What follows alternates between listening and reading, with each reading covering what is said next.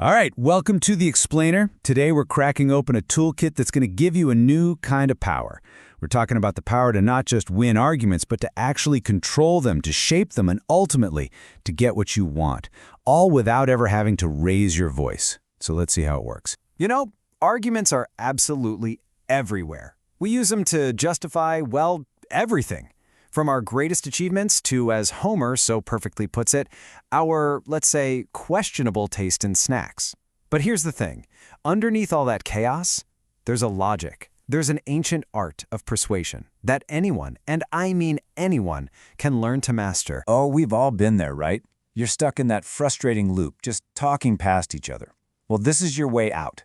We are going to build a toolkit, piece by piece, that's going to change how you argue forever. You're going to learn to stop fighting just to win and start persuading your way to an agreement. Okay, first up, your offense. This is all about how you build a logical case that is so airtight, so compelling, your audience feels like they have no choice but to agree. And the secret? It's not about having more facts than the other person. It's about using what your audience already believes. This right here is Aristotle's secret weapon. It's called the enthymeme. Think of it like a logic sandwich. You start with the bread, a belief your audience already holds. A commonplace like successful people drive sports cars. Then you slip in your conclusion as the filling. So you should really buy this car. See how that works? It's persuasive because it's built from their own logic, not yours. So when you're building your case, you've really got two paths to choose from. That enthymeme we just talked about, that uses deductive logic. You're applying a general rule to a specific case. But the other path is inductive logic. That's where you start with a bunch of specific examples and you build them up to a big general conclusion. Remember Homer's list?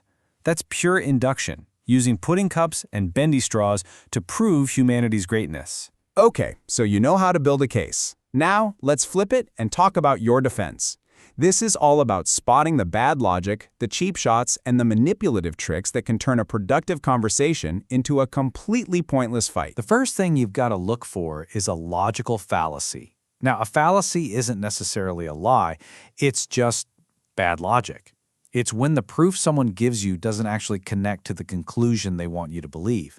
On the surface, it might sound okay, but when you look closer, the whole thing just falls apart. And trust me, you will start seeing these fallacy traps everywhere. You've got the Chanticleer fallacy, named after a rooster who thought his crowing made the sun rise, which is basically just assuming that because one thing followed another, the first thing must have caused it. Then there's the all-natural fallacy, which is kind of like saying, this donut is purple. Purple is a color in fruit, so this donut is a fruit. And of course, the old classic, the appeal to popularity. Hey, if everyone else is doing it, it must be the right thing to do. Now, beyond just bad logic, you got to watch out for what are called rhetorical fouls. These are the moves that just kill an argument dead. They stop any chance of real persuasion and turn everything into a fight. And the biggest, the most common foul of them all, it's arguing in the wrong tense. Okay, listen up, because this is probably one of the most powerful tools you are going to learn. Every single argument exists in a tense. If you're arguing about the past, you're really arguing about blame. Who's at fault? If you're in the present tense, you're arguing about values. Who's a good person, who's a bad person? But notice something. Neither of those actually gets you to a solution. To get things done, you must shift the argument to the future. The future is the tense of choice. It's about, okay, what should we do now? So you can build your argument. You can defend against bad ones. But what about the person who's actually making the argument? I mean, how do you know if you can even trust them? That's where the third part of our toolkit comes in. Here's your simple three-point trust check. First, check for what's called disinterest. Are they actually looking out for your interests or just their own? Second, assess their virtue. Do they represent a sensible middle ground, that sweet spot, or are they pushing some extreme view? And third, gauge their practical wisdom.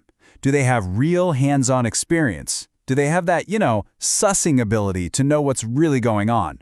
Basically, do they know their stuff? And Aristotle's definition here is absolutely key. Rhetorical virtue, the kind we're talking about, isn't about being some perfect saint. It's about finding the mean, that sweet spot that your audience finds totally reasonable. An extremist, by definition, can't be rhetorically virtuous because they're way outside that middle ground where most people actually live. And now, we get to the final, most advanced tool in the whole kit. This move goes way beyond just simple persuasion. This is about making your choice feel like the only choice for the group. This is about building a tribe. The identity strategy is the real master move. You're not just trying to convince one person anymore. You're trying to bond an entire audience together. You want them to feel like your proposed choice is a core part of who they are as a group.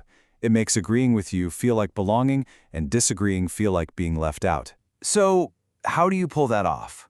Well, a key technique is something called code grooming. This is all about speaking the language of your audience. It's about using the right jargon, the in-jokes, the specific phrases that signal, hey, I'm one of you.